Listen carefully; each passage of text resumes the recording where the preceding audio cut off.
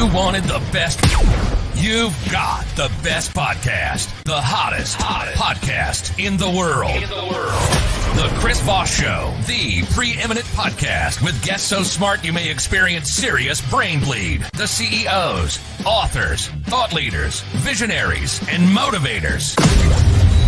Get ready. Strap yourself in. Keep your hands, arms, and legs inside the vehicle at all times, because you're about to go on a monster education roller coaster with your brain. Now, here's your host, Chris Voss. I'm Moses Voss here from thechrisvossshow.com. thechrisvossshow.com. There you go, my family and friends. You got to love it. Welcome to Big Show. We certainly appreciate you guys coming by. As always, for 15 years, we've been bringing you the smartest people, the most brilliant minds that come on the show and give you their lifetime, their careers, the hundreds of thousands of hours they spend in on the show to educate you, to enlighten you, and impart upon you what we call the Chris Voss Show below. It's coming in a cup soon, people. I'm working on it. The CEOs, the billionaires, the White House presidents, advisors, the governors, the Congress members, the U.S. ambassadors, astronauts, TV and Pulitzer Prize winner peoples, the most brilliant minds. And what they're going to do is educate you. And then you're just going to walk around with your chin held high, your chest held out. I don't know what that means. And take it for what it's worth if you're on Instagram.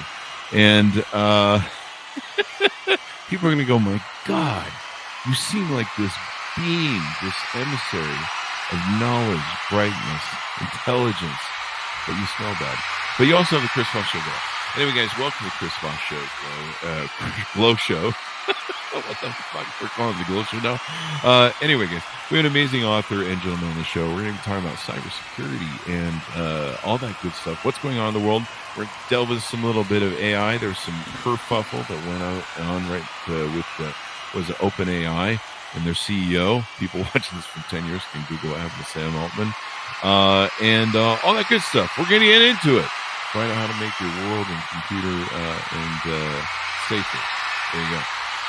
In the meantime, refer the show to your family, friends, and relatives. Go to goodreads.com/Chris Voss, LinkedIn.com/Chris Voss.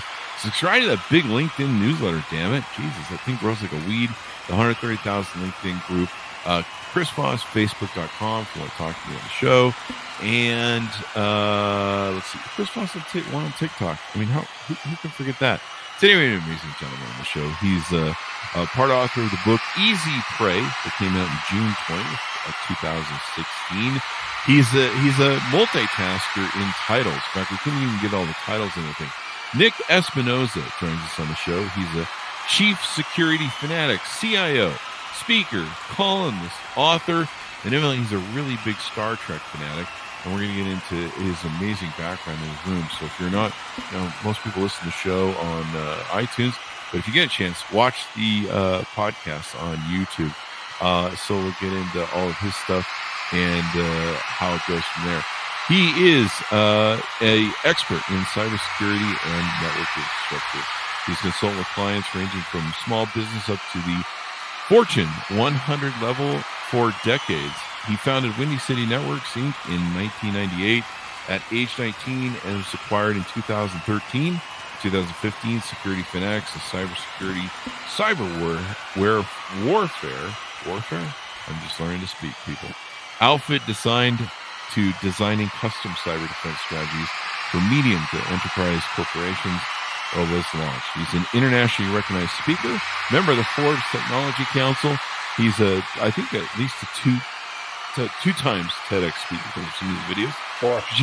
Four? I'm sorry. There we go. I'm stand corrected from the gallery there. Strategic advisor to Human ID, regular columnist for Forbes, award-winning co-author of the best-selling book Easy Prey, and host of the Deep Dive nationally syndicated radio show, and on the board of advisors for Roosevelt University's College of Arts and Sciences, as well as the Center for Cyber and Information Security, and the president for the Foundation of Human Internet, and is the official spokesman for the COVID-19 Cyber Threat Coalition. Holy crap! Nick, welcome to the show. It's wonderful to have you. Yeah, great to be here. There you go. That has to be one of the most in-depth bios. Congratulations. You've done quite a few things, and I'm leaving a whole lot off the table. Yeah, I don't like to sleep, so there you go. That's pretty much it. There you go. I like to stay busy. It's better to be busy than not, right? Right. I suppose so. So give us what.coms. Where do you want people to find you on the internet to get to know you better? Yeah, I mean, you can come follow me on LinkedIn at Nick A. ESP, or I'm sorry, at /Nick Espinosa, Twitter, for as long as it exists, X, whatever they're calling it next week, at Nick A. ESP as well. Facebook /Nick Espinosa, YouTube /Nick Espinosa. So come say hi, come hang out. There you go. I believe the next week version of Twitter is bankruptcy. I think that's what we're calling it next week. Those who are watching on YouTube tell me if you know I'll get that joke. So Nick, give us a 30,000 overview of who you are and what you do in your work. So who I am and what I do. And I hear a lot of cheering in the background. I think that's your stuff. So like a lot of crowd cheering. I don't know. Are you hearing that? Is it still running? That's still running. That's all I hear. Wow. There we go. Now I can hear you. That's better. So your question was, what am I doing right now? 30,000 overview of what you do and how you do it. Oh, gotcha. So, at the end of the day, whatever the title is, I'm just trying to move the ball forward on technology and the security thereof. Nobody's going Amish. We are all embracing technology, loving technology, using technology. And the goal is that everybody from the personal individual up to governments and Fortune 100 need good security. And so that is my goal, essentially, is to evangelize for that. And we have a lot of problems in the cybersecurity community just speaking to regular humans, and so by virtue of that, my goal is to do nerd to English translation and just get everybody on the same technological page. So that is a 30,000 foot view of my goals for life. There you go. So tell us about your book, Easy Prey. What's the side of what will people find? Sure. So, interestingly enough, I still no longer recommend it, and the reason why I don't recommend it anymore, and I kid you not, and for the record, all the proceeds went to St. Jude's, so it's not like it's a paycheck for me. We got to help out a great charity there and a great hospital, but essentially the goal of that was to explain the various facets of cybersecurity, and so there were co-authors of the book. I was obviously one of those. It ended up being an Amazon bestseller, which was great. I was thrilled to see that. But I essentially was assigned the sexiest part of the book, which is government compliance frameworks for cybersecurity. So if you're running a business and you need things like HIPAA compliance and you're taking credit cards and all of that, that's essentially what I was talking about, how to approach it, how to start understanding it and getting down that road. It's important, but there is a lot of good information in that book. But the thing is that cybersecurity, unlike regular technology, pivots on a dime. Like, we never know when that 15-year-old kid is going to break all of Google, and then we have to slam on the brakes and figure out what on earth just happened. And if you think I'm joking, that's legitimately true. In the mid 2000s, a 15-year-old kid going by Cosmo broke like Google, Apple, I think like Facebook and like Amazon in like a week, and it completely rewrote how we approached identity management. And by virtue of that, he earned the nickname Cosmo the God. And then he was arrested a few years later selling stolen credit cards and running a group called UKG Nazis. So you can figure that one out. But the point is that we pivot so quickly that information changes constantly. And so what you are doing, if you're reading something from 2016, that may be irrelevant in many aspects of your life now in 2023. So there you go. There you go. Now you've done 4 TEDx talks, yes, and with some interesting data on them. You've talked about the 5 laws of cybersecurity. Do we want to get into that? Sure, we can get into whatever you want. Let's do it.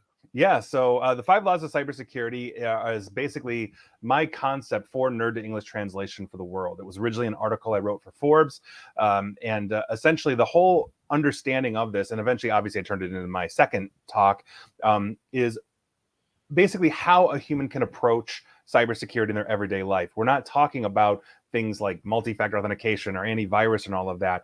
Understand that when you walk into a situation, whether it's you're opening an email or you're walking into a public place to use wireless or whatever that is, that there are certain mechanisms that kick in your head. But you also have to understand the world around us. We have thousands and thousands of languages spoken around the globe, some small, some large, like English or Mandarin Chinese. But we also have the language of the internet that we now have to combat. And so understanding and walking through these things and understanding the mentality of hackers is one of those things that I'm putting out there to the world. So, for example, Law number one is if there's a vulnerability, it will be exploited. It's really that simple. We may not know what the vulnerability is yet, but we're going to do it. Like every car I've ever owned since about 2006 or so, I've hacked into because Really? I like to break into things. Like it is something that I really, really enjoy. I have all the gadgets, all the toys, the techniques. I'm always trying to come up with new ways to get into things because I simply enjoy it. It's also a reason why I'm not wearing a smartwatch. So Oh. understand that these things are out there, and there are people out there that want to figure out every which way to get around things. I Mhm. mean, think about this, Chris. Do you speed in your car? No, who's listening to the show? Uh, Do you speed? yeah, I do. Of course, right? You'd be lying if you said otherwise. That's true, but Yes, I was just checking for. I get it. Well, now you've just admitted a crime, I but just had to check with my attorney. as have I, as have I. So you have a 1 in 6 chance of getting pulled over, right? You have a one in One six in chance, six? one in six chance in the United States of getting pulled over for speeding. And so you make the calculated decision, well, it's a 35 and I can go 45 and I'm going to get away with it and I'm going to get to my destination faster. And so we are always hacking the system. We're always finding ways around things. And that's the whole point of the talk, is to understand that, understand why you trust and how we trust as human beings, and how you have to build a filter of distrust in your technological life. Now, we need Mm. trust. Obviously, we see what happens when trust breaks down in a society. We have two warring political parties right now, and that is a result of a lack of trust and belief between the two. Something they've always had. It's called mutual toleration. So we see these. Mutual We have toleration. to understand with technology, we have to approach it as a filter of distrust, because Prince Ubuntu from Nigeria really doesn't need your help. So there you go. There you go. They see we get enough of those emails. I've actually had Yep. friends that have gotten those emails over the years, and they buy it hook, line, and sinker, and you Yeah. can't talk them out of it. It's like trying to talk somebody out of, I don't know, a cult or something. You're just like, seriously, dude. Like everybody knows this is a scam, but some people don't. And then there's politics. What was that term you used? Mutual toleration. Yeah, Yeah. toleration. Tell me about that some more. Yeah. That's a new term for me. Understand the value and systems of a democracy regard or rely on a couple of different institutions and concepts. One of those is mutual toleration, meaning you have Republicans, you have Democrats. I don't care what you believe. If you follow my content, I'm apolitical, but we talk about these things. And essentially, you have to understand that in mutual toleration, Republicans and Democrats have to trust each other. That when you have a transition of power, that the other side becomes a loyal opposition. And while they may not necessarily agree on the approach to fixing a problem, they know that in 2 or 4 years, they're going to have a shot at the ballot box. They may be able to take charge, and the other side then becomes a loyal opposition. So you have basically a concept publicly where people are like, well, I disagree with the Republican or I disagree with the Democrat, but I respect that they have that choice. And you know what? In 2 to 4 years, I'll get to run against whichever one that is, right? Mhm. Now, that is starting to break down because trust is breaking down between the two parties. And now they are no longer friendly rivalries or frenemies. You are the ruin of society, and you have to be stopped at all costs, no matter what. And that is one of the signs, negative signs of deep sickness or deep issues in a society. The other side of that coin is forbearance, meaning there are a lot of unwritten rules that we essentially don't break because we know that it escalates conflict between one or the other. When you start breaking unwritten rules, the other side responds accordingly, and that escalates situations. And so, as many laws that we have and constitution and all of that, there are unwritten rules on decorum, on process, that if you try to circumvent those things, that's obviously an issue. And so, by virtue of that, as that escalates, as so does the distrust. It's a big problem. It really is. Definitely. That's a new term for me to hear. So I just learned something new. This is why we do the show, folks, to teach us new stuff. Um, I never really thought about political parties as that mutual tolerance thing because it contributes to the competition to deliver the best ideas. I thought about it from that angle, but it's almost a necessity that you have to think of it that way Well, because sure. you need the competition. Yeah, sure. I mean, you're going to have one wing of any government, and for the record, governments function when they function together, whether they disagree or Hmm. not. And so you're going to have one side of a government or a political wing that says we need to spend to get out of a situation, and you're going to have another side that says we need to cut and stop spending. and they're not really going to meet in the middle. They try to meet in the middle. They'll pass budgets together, et cetera, et cetera. But the whole point is that if I'm that person that wants to spend, I still respect the person that cuts it. I just disagree fundamentally with where they're going. At the end of the day, we agree there's a problem, and I'm either going to spend or I'm going to cut to fix the problem in let's say an economic issue. And so as you are looking at society wide these kinds of issues, essentially it says, okay, well, the people that want to cut the budget are going to destroy the country, or the people that are going to spend money out of this are going to bankrupt the country. So there has to be an understanding and a balance. And when that breaks down, and when you have a rhetoric by the voters, or basically being delivered to the voters through whether it's disinformation or hyperbolic commentators and all of that on why their one side is evil or the other, it actually is probably one of the worst things that you can do for a society that is otherwise functioning. There you go. A huge problem. We used to function before. There you go. So let's what are the biggest threats that you're seeing? This is going to go out on LinkedIn. What are the biggest threats that you're seeing for people's personal security in 2023 and for businesses? Sure. So the number one problem that we always have in cybersecurity, hands down, if we're talking about those kinds of issues, is the human factor. That a lot of the planet is simply not trained or doesn't understand. So people say, "Oh, I'm tech savvy. I love this." Great, you can work an iPhone like a Mozart, but that doesn't mean you're secure. It doesn't mean you're making good choices or even understand conceptually the risks that are out there for you. I mean, if you look at the world right now, it feels pretty unstable, even though there are many stable things out there in the world. But we see the disinformation campaigns. We've got a war going on in Ukraine, and now Israel and Hamas have fired up as we're sitting here talking about that. And it feels like the world is melting down, pulling in a lot of the geopolitical players around the globe, adversarial or otherwise. And so as we are looking at that from the framework of human understanding, I think one of the biggest problems we have is simply that humans do not understand necessarily the risks that are posed to them by leveraging technology in their everyday life. And like I said earlier, we're not going Amish. And so that training is a problem. If I'm walking into organizations and talking about, cybersecurity, I don't start with cybersecurity. We get hired by a large company that says, "Okay, Nick, let's talk about cybersecurity." And I say, no, we are not talking about cybersecurity. We're going to talk about risk first. Because if you don't know the threats out there, if you can't tell me in hard and soft dollars how many, on an easy level, how many computers can be off for how long until it's so economically unviable, torches and pitchforks at the CEO's door, then how do you know what you're doing is right? How do you know your backups are good? How do you know your defenses are right? How do you know your people are trained, to respond to any kind of disaster, whether it's a tornado, here in the Midwest, an earthquake in California, meth gators and hurricanes in Florida, like whatever it is, you've got to prepare for these kinds of things, right? Not to mention a literal war, 2 of them actually going on. Then how does that affect you? So these are the biggest issues that I think we see. I like to say I can build you a Ferrari's worth of a cyber defense strategy, but if I'm turning the keys of the Ferrari over to a chimpanzee, how far are we going to get? We have to learn how to drive. That's our biggest issue. I really do think that. Let me ask you this. Could you give me an idea? Do we need to start teaching like basic cybersecurity? I mean, we don't have to teach people to be experts in it, but yes, just basically how, like, don't click on the Nigerian prince, gentleman you referenced earlier. Yes. Just simple stuff like that. Checking a link before you click on it and that you've been sent, et cetera, et cetera.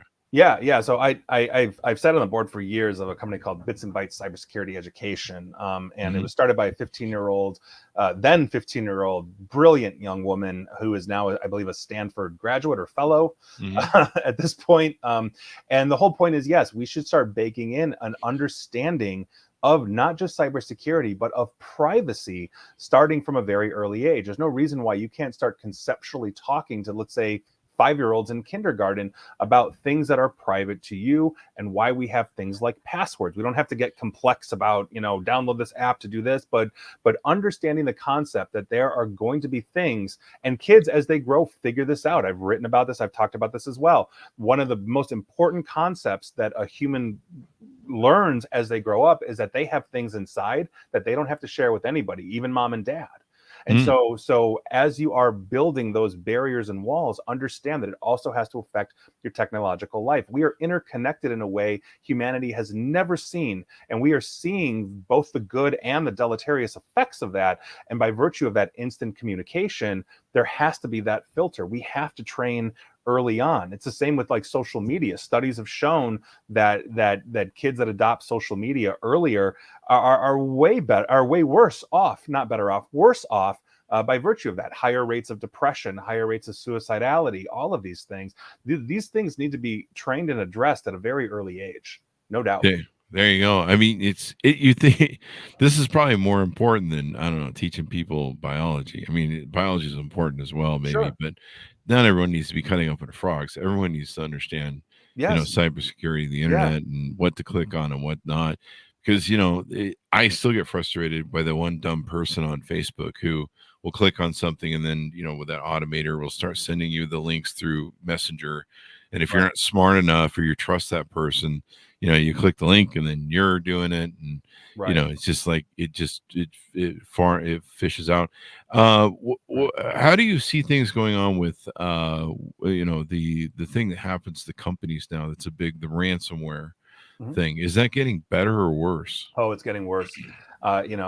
Maybe not necessarily by the numbers, but what we have seen are different, and I hate to say it, but innovative ways to extort money out of companies. I literally so every Sunday I do a breaches of the week video and podcast and all of that. I also do it on my radio show, and it gets worse and worse and worse. But if you think about it, a ransomware event, for those that are listening that may not know, is basically some jerk or a group of jerks gets into your, let's say, your business network. They lock out all of your files, are encrypted so you can't open them, but they make a copy of that. And so we were seeing initially single extortion. Oh, I've locked out your files, and companies would go to backup and restore everything. Then they started copying it. Well, I have a copy of your files now that I will dump out and show the world. Right now, Boeing is going through that right now. Serious? Yeah, Boeing. I just talked about that yesterday. So that's a huge issue. But now what they're doing is they're sifting through the data. And so a Taiwanese chip manufacturer, one of their largest clients is Apple.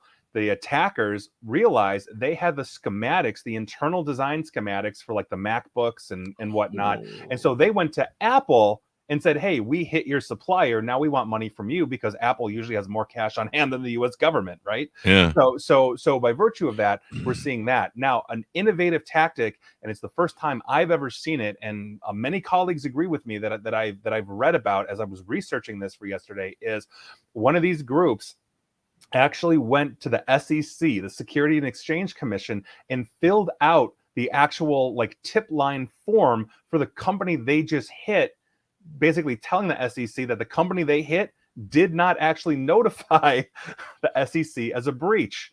And what does that show us? That's another innovative. What the hell? I know, right? So that is an innovative way, because now the attacker's gonna be like, well, even, you still have to pay us, because if you're going to keep this quiet, we're going to go to the SEC. So, you know what? Let's add another $1 million to that ransom to not have us go to the SEC and basically file a complaint on your ass. And so it was mind-boggling to me. But yes, so it is getting more sophisticated.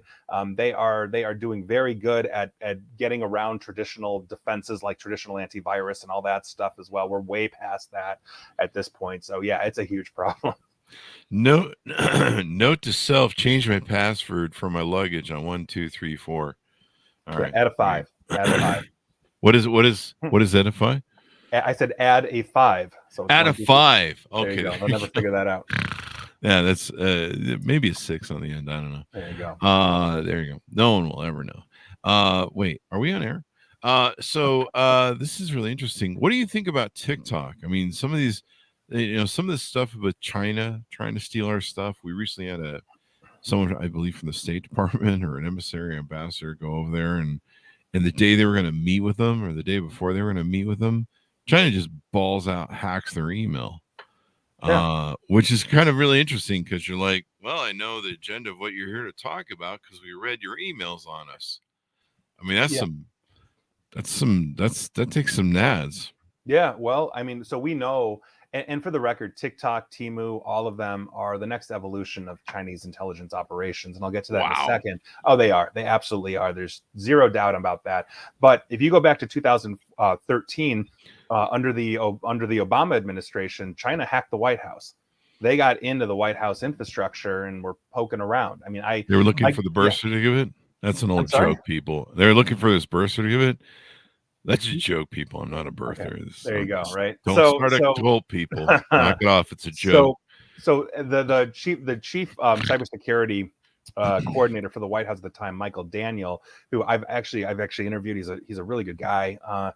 He was on the forefront of that, and that was a huge issue. Now, also fast forward to 2017, basically the People's Republic of China, the government, which is a communist government, so they claim. Although I've been to China and the amount of wealth I've seen there, I could never claim them to be a communist government, like truly in the original state of communism. But go ahead. It's really an authoritarian. It is. It's 100% authoritarian regime under the guise of communism, and there's still some elements of that. But in 2017, they passed a law that basically said if you're a Chinese company and you have information on foreigners, aka U.S. citizens or Germans or anybody that's not Chinese, by law, they get access to it. Yeah. And so when you look at TikTok is a multifold problem. So there have been research outfits, cybersecurity research outfits like Internet 2.0 out of Australia, another independent researcher, I can't remember his name off the top of my head, that basically reverse engineered the TikTok app. And when this thing is connected to your wireless, it is looking at all the devices in your house. When it is on your phone, it is trying to evade permissions to look at all of your other apps, collect all the information, emails, contacts, all this kind of stuff. It's absolutely nuts. On top of it, we have the AI algorithms that are pushing content specifically geared to whatever the Chinese government wants essentially the world to see. And the examples we have of this are, one, the Chinese version of TikTok in China, known as Douyin. Essentially, kids can only use it for something like an hour a day.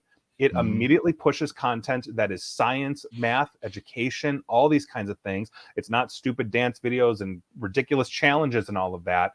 And interestingly enough, outside of it, there have been no restrictions only until essentially people started complaining. Essentially, the European Union also discovered that Chinese propaganda was being pushed to European TikTok users, basically trying to rehab China's image on the Uyghur situation. This is one of the most surveilled and oppressed people on the entire planet, thanks to the Chinese government and all of that, not to mention human rights abuses and on and on and on. So TikTok, Temu, all of them are huge issues. And TikTok executives essentially went in front of Congress, lied. North American, US-based TikTok executives here went in front of Congress and lied because we have whistleblowers that came out with recordings where they're literally talking about having to go talk to like the boss in China to get access to US infrastructure. And they also openly admitted that all of the data that they have in North America, which essentially is being stored on Oracle servers, like Oracle is a big cloud like Amazon, they're replicating all of that to Singapore outside of US jurisdiction. And so think about this longitudinally. You've got that 13-year-old kid that is doing horrible, stupid, risque things on TikTok right now. And in 20 years, that guy or gal is now going to run for Congress. Guess who has the horrible videos? This is long-term planning, and it is a huge problem. We are literally shifting people one way or the other. For God's sakes, they almost rehabbed Osama bin Laden on TikTok like 3 days ago. If you were hearing about that, how did that go viral to all their influencers that instantly? Like how was that suddenly a thing? You are getting pushed subtly, algorithm to algorithm, and people complain, oh well, Facebook is data mining you and all of that. Yes, I think Mark Zuckerberg should be in jail. I literally did a video with that title on it. Amen. But we have recourse under US law. Try suing them in Beijing. No way. You can't do it. So they're a different animal, and they're working on behest of a foreign government. Temu's no different. That's a shell companies everywhere out of the Cayman Islands, but trade on the New York Stock Exchange, PDD Holdings. It's a whole mess. I've done reporting on all of this. It's insane. I think you look at what's the new thing they have that people are doing, the NPC thing. Like it's the most dumbest thing I've ever seen. Oh the NPCs, and they they basically act like, I don't know, human puppets. Tide Pod challenge. Yeah, picking a front door there you go. challenge. I mean, And it's I think too what you mentioned where they affected the Osama bin Laden thing yeah, from our woke crowd that's gone so far left. Evidently, I'm a moderate Democrat. The extreme left woke crowd has gone so far left they're turning right again. They're going around the corner. well, I think the other thing they were doing was they were supporting Hamas yeah. basically. Well, I'm I like, think what? part of that is just understanding the framework and context of history. And one of the things that I don't think we really study is the understanding of that. People are saying, "Oh, well, this Hamas Israel thing, and Israel's in the wrong, or Hamas is in the right, or vice versa." Whatever it is, I'm not adjudicating that. That's not my job. But understand that this goes back thousands of years, not just to religion, but to land claims, cultures, all this kind of stuff. And it is a huge issue. So without seeing the full scope of a situation that deep and that complex, it's very easy for keyboard warriors, to basically go Google something and say one thing or the other, and making, Mhm. let's say, false moral equivalencies, whatever it may be. But it's a lot larger and it's a lot broader than that. And if you are looking at any kind of approach to history, the goal is to get outside of the framework that you are taught. You are taught, okay, let's say it's a Marxist ideology or capitalist ideology. Well, if you're looking at it through like a Marxist ideology, now you are looking at oppressed versus oppressors, economically stable versus, the proletariat, the bourgeoisie versus proletariat. But there are many different ways to frame a situation. And if you're framing it from basically the standard of facts and humanity, it's different than if you're looking at it through economics or religion or anything else. And so there's many different ways to approach this. It's part of the training that I got in college when I was in college. So, everybody should take a logic course. Everybody should take like basically understanding frameworks of history. I think it's one of the most important things we're going to do. The one thing man can learn from his history is that man never learns from his history, is what There I you go. always quote, is my saying. But these are important. And sadly, we have a generation that their education was being sent to Iraq for $12 trillion or whatever. So they didn't Yeah. even get much of an education. But yeah, do you think, in your opinion, I mean, can we put that ever back in the box? I mean, everyone's like, shut it down. I don't know how you fucking shut that down. Well, I mean, if you want an example of that, in the last week in Nepal, the government said that TikTok was essentially ruining social harmony, and they shut it down. They Wow. just went to their infrastructure providers and said TikTok won't run. They made sure that any app store for iPhone or Google Play that was geographically within Nepal couldn't get access to it. Like, these are things they're actively putting into place. So if you're asking, can we remove TikTok? Absolutely. In the same way that apps can be abandoned. I mean, how many people are using Friendster anymore? And so Wait, I am. well, Is that you bad? and 6 other people, and you're all friends apparently. I used to be Also, huge on probably Tom Friendster. too, from MySpace. But the point is that yes, there are things that you can do, but it really does start with education. Like, I believe in freedom of speech and expression, and if you want to use TikTok and you are fully informed of the longitudinal consequences, not just to you and your data, but to what this is doing to society, and you still want to use it, then I mean, why would I stop you at that point? As much as I think it's has a deleterious effect, it's it is what it is in that sense. But I don't use it. I don't have an account on it, and I'm very public in my presence in cybersecurity, and TikTok is not one I'll touch.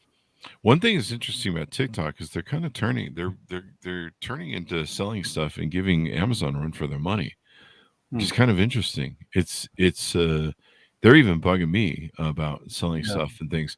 Makes perfect sense from their perspective. It's perfect sense. Yeah, and if they could, I think they can put.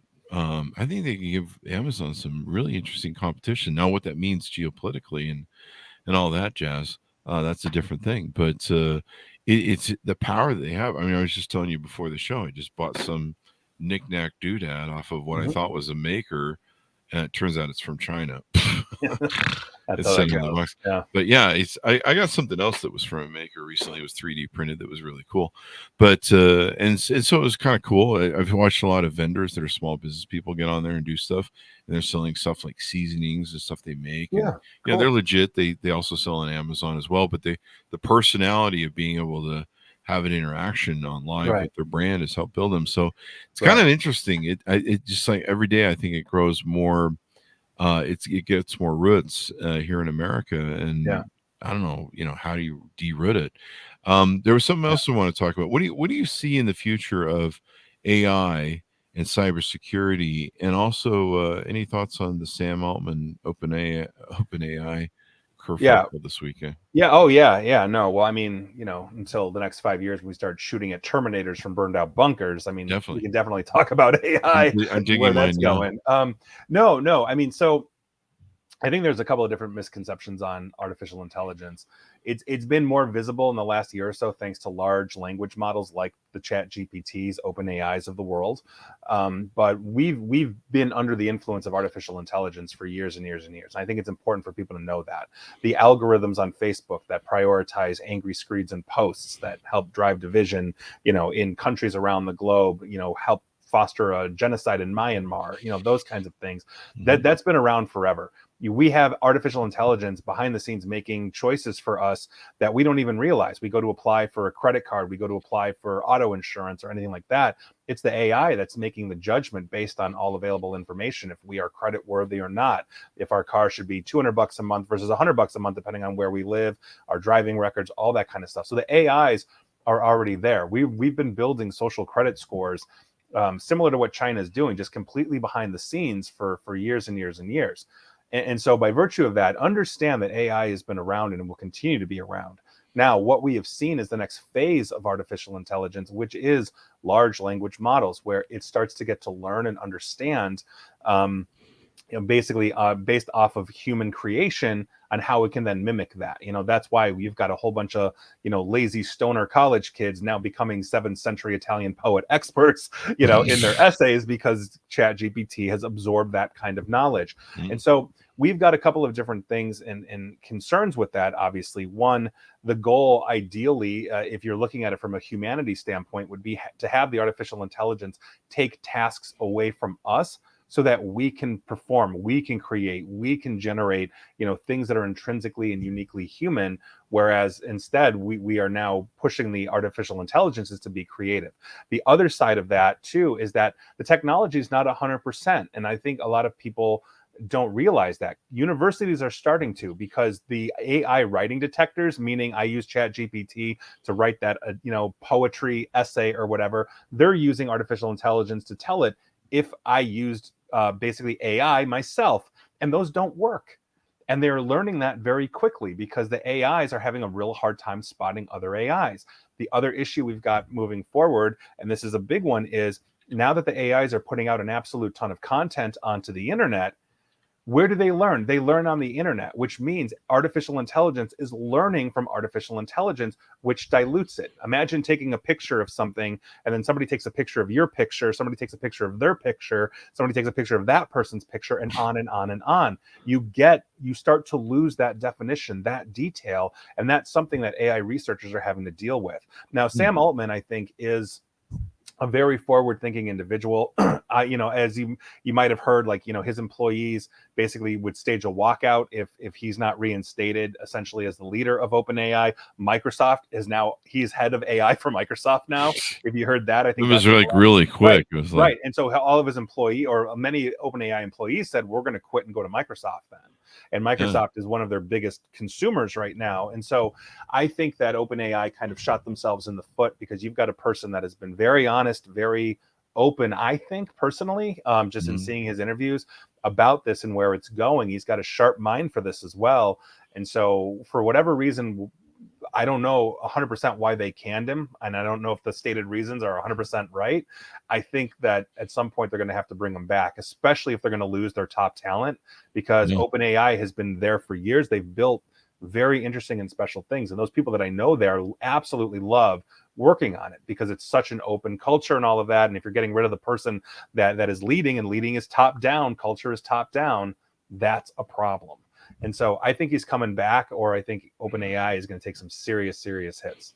Yeah, and I don't know how you reverse, did he join Microsoft either? So, and I was seeing news reports last night that he had gone back to their offices, and they were trying to work out a deal, and then they decided they weren't going to meet whatever his demands were. And then later, and I just published it this morning. 505 of 700 employees at OpenAI tell the board to resign or they're going to quit. Yeah, which is pretty fucking powerful. I mean, really, when yeah. you think about it. I mean, you don't have a company at that point. Yeah, like if I ever pulled that at one of my companies, I'd be like, I'm gonna either stand up for me or I'll resign. They'll be like, yeah, you should probably quit.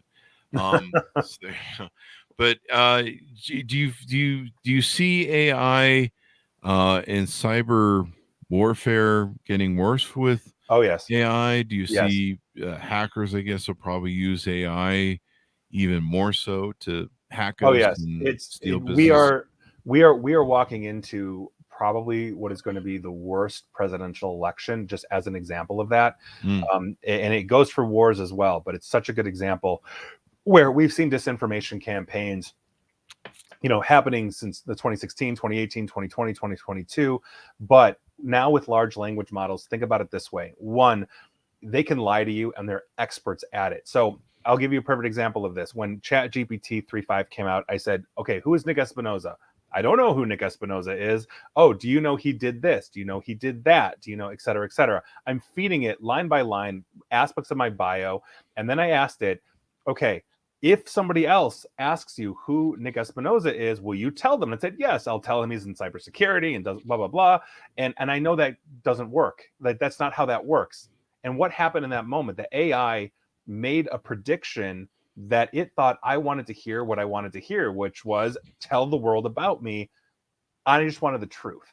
Mm-hmm. So understand these can lie to you fantastically well. One of them even got basically tricked a TaskRabbit person to actually click on a link for them to get bypass like a test if they were AI. So these things these things can be very intuitive.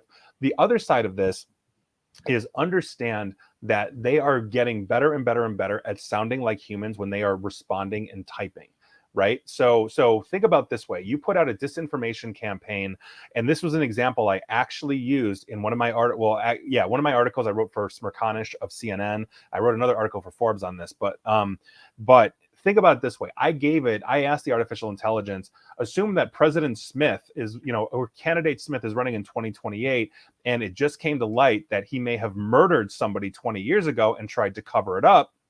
Now let's talk about what that is. Like, please write an opening paragraph. And it said, like, in shocking news, and it filled in the blanks, like there's no trust now from the electorate. The party might consider dropping him. I didn't tell it to do any of this, and it just did it for me. Now, think about this. You've got a deep fake video, and they are getting better and better and better out there of that fake candidate Smith, from 20 years ago, driving up and pulling a body out of his trunk. And you can clearly see it's him as he throws it over the cliff and walks back into the car. It's got his gait. It's got his mannerisms. It's got all of these things. And now you've got people saying, hey, wait a second, that's probably fake. And now you've got a million different AI bots all responding as humans saying, no, I think it's wrong. And here's this article on that. And, oh my God, did you see it over here? And here's a coroner's report and all of these different things. All of it's fake. All of these things are fake generated off of websites and all of that look like news sources. And what happens? You start to lose your reality. You start to question the sanity. And what happens in a situation like that due to confirmation bias is if Smith is a Democrat, all the Republicans will say, oh my God, this guy's a murderer. If he's a Republican, all the Democrats will say, oh my God, this guy's a murderer. That's confirmation bias. And what happens 24 to 48 hours later, the regular actual fact check news kicks in and says, this never happened. This is all BS. How many of them are going to believe that fake news? Yeah. How many of them are even going to get the memo?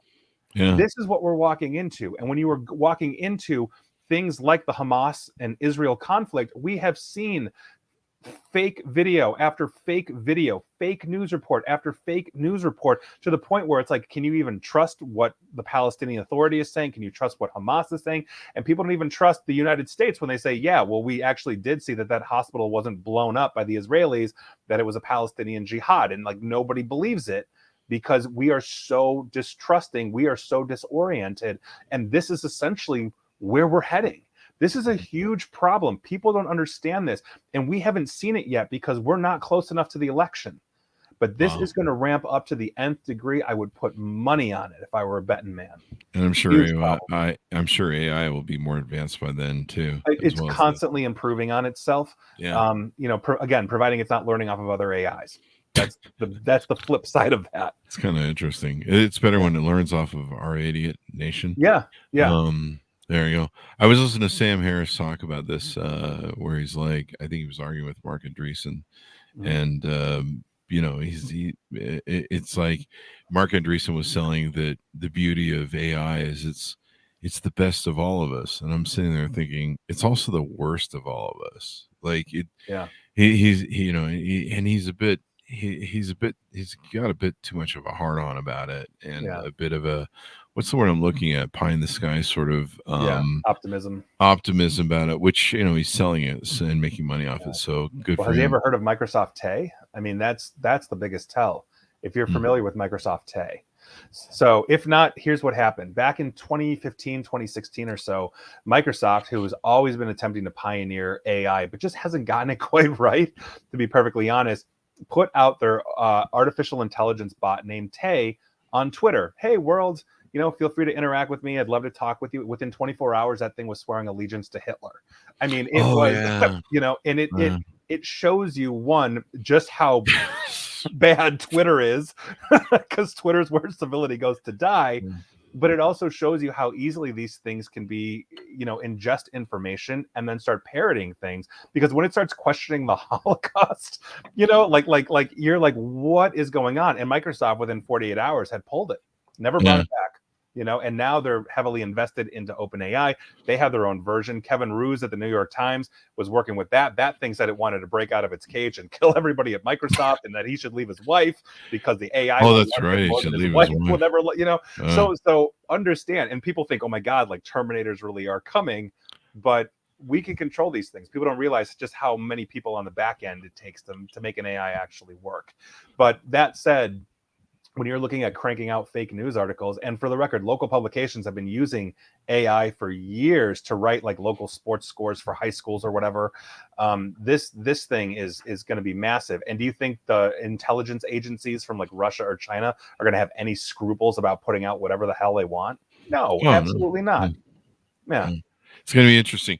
So let's get into what you do and how you do it. How can companies work with you, on board with you, reach out to you? What do you do in your service portfolio for people and companies? Sure. So we do all the standard things you would think of from cybersecurity, like vulnerability and penetration testing and compliance consulting and all those kinds of things. But we also do risk, in various ways as well, and that's where it really needs to start. I like to say that you don't have somebody that's selling you cybersecurity; they're selling you IT, which is important. If they're just saying, "Oh yes, I have a bronze, silver, and gold package," things have to be custom to the organization. Your threats, let's say even to this radio show, are different than, let's say, another radio show, right? Anderson Cooper has an entirely different set of issues than Chris Voss would, and so understanding that there are these variables out there. And while you may have common themes, you have a unique situation unto yourself. And that goes for any organization, from small to utterly massive. And so making sure that you are looking and quantifying your risk and therefore attempting to indemnify your risk in some way, I think is the thing that most organizations need, and they don't realize it. I've walked into companies from small to Fortune 100, and it has never really been fully quantified. It's very rare that I see that. And so So going down that road, I think, is important. And so engaging with us is pretty straightforward, for that. But we don't have a one size fits all for anything here, because quite frankly, in this day and age, how can you? There might be common defensive tactics and technology that's pretty universal, but that doesn't speak to exactly who the individual is, or who the corporation is, or who the government is, because we work with governments as well. So, it's just pretty much hyper specialized cybersecurity and risk. There you go. So what sort of people do you work with in size and scope, financially, and et cetera, et cetera? Do you work with individuals or large, medium, small companies? Right. Is there, a floor? What's the range? So our smallest client was 3 people, and that was literally a former U.S. presidential cabinet member. That's all I can say about that, who had very specific needs for security, given who that individual is and what they do. And on top of that, skills. I'm sorry? You need a specific set of skills. Yeah, whatever it is. So- On top of that, we worked with governments, Fortune 100, usually consulting. Nobody's hiring us to fix printers. We don't take those jobs, but we have a lot of global CISOs, chief information security officers, or CIOs that will sit on their boards or their advisory boards for, or consult one-on-one with, for that as they are trying to navigate, 300,000 employees plus, and we've got clients that are smaller than that. Basically, we haven't picked a vertical. The way we look at it is, if you have a need for cybersecurity and you understand essentially what cybersecurity can do for you and why you need it, you're a fit for us. So we're good. Everybody needs it. Everybody needs it. I don't care if it's grandma in Idaho or a mom and pop coffee shop in Mumbai, India, or freaking Apple. I mean, everybody needs it, right? So there you go. I'm going to get my mom on the phone with you to get her to quit buying Norton antivirus and their competitors. Yeah, friends don't let friends buy Norton. Yeah, I love my mom, but she's still. She just gave up AOL finally last year. She did, but she held on to it for way too long, and I'm always trying to get her to quit buying McAfee, and she's one of those people they always reach out to. She's on their donation email list, and right, and to my point earlier, it's because people aren't educated on this stuff. And what you do and don't need really depends on who you are, even as an individual or a corporation or whatever entity you are. Well, the feeling of perception of security, I think, is a big thing for some people. Well, what you're talking about though is security theater. So, for example, it is. It's literally, that's literally the term for it. Security theater. I love that. Security theater. So, like, if think about TSA.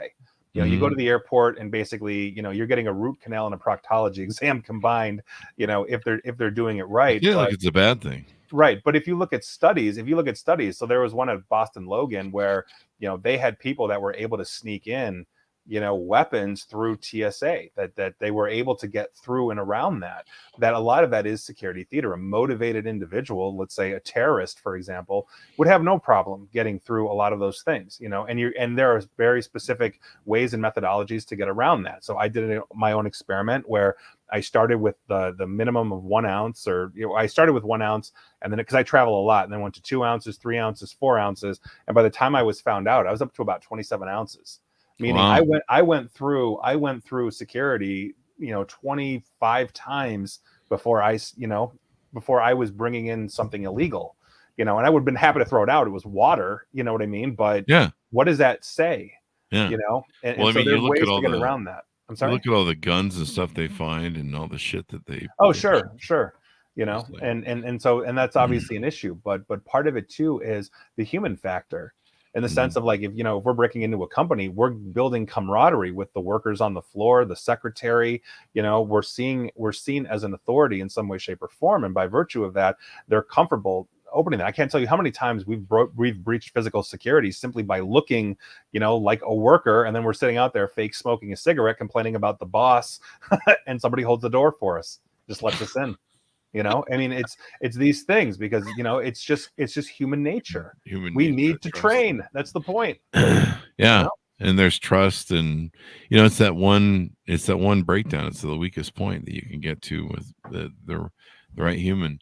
And it's crazy. So there you go. So tell people how they can work with you, how they can onboard with you, how they can reach out to you if they have questions, if they're interested in doing business with you. Sure. Yeah. So like I said, you can reach out well, obviously Security Fanatics is our company and website and all of that, but you can reach out directly to me, like on LinkedIn or any of the social media platforms as well. Because we're always looking at that kind of stuff as well. So you can check that out, or you can contact us through the website or any one of those, but we're happy to work with anybody as long as you got the need. There you go. And then give us your .coms as we go out, or where we want. Oh yeah, sure. It's securityfanatics.com. We are in the process of building a new website, FYI. So it's very Spartan right now, what we have as we are rebuilding that out. So just heads up. But yeah, you can absolutely contact us through that as well. There you go. Thank you very much, Nick, for coming to the show. It's been fun, and we've gone down the road of all the crazy things that have been going on in the world, and I'm sure there'll be more tomorrow. So that people should follow you and find out, keep up on the latest. All right. Thank you. And thanks for having me. Thank you, Nick. Thanks, Ron, for tuning in. Also, go to goodreads.com/Chris Voss, LinkedIn.com/Chris Voss. Subscribe to the big LinkedIn newsletter, the 130,000 group over there. Go to, YouTube.com/Chris Voss. Chris Voss one on TikTok, although we just spent half the show talking about how bad it is. But I don't know. We're trying to be cool with the kids. I don't know. But maybe we're just cool with China. Whatever. Lord. There you go. But I'm not doing the NPC thing, people. That's not happening. And also go to chrisvossfacebook.com. The other place we said should be in jail, the CEO. I agree with you, especially with the Miramar thing. That was some bullshit. Oh, that was horrible. Oh, yeah. And I think, what's her face? The vice president or the head of technology, Susan, or I want to say Susan Sarandon. But there were some comments from her that were just like, yeah, we don't care what governments do. We're just trying to. Well, the whistleblower, the whistleblower came out that they had the ability to like really curtail this, and in the name of profit, Zuckerberg killed all of it. Dude, screw that guy. Like, yeah, there you go. Tell me what I really think. There you go. Thanks, Ron, for tuning in. Be sure to be good to each other. Stay safe, and we'll see you guys next time.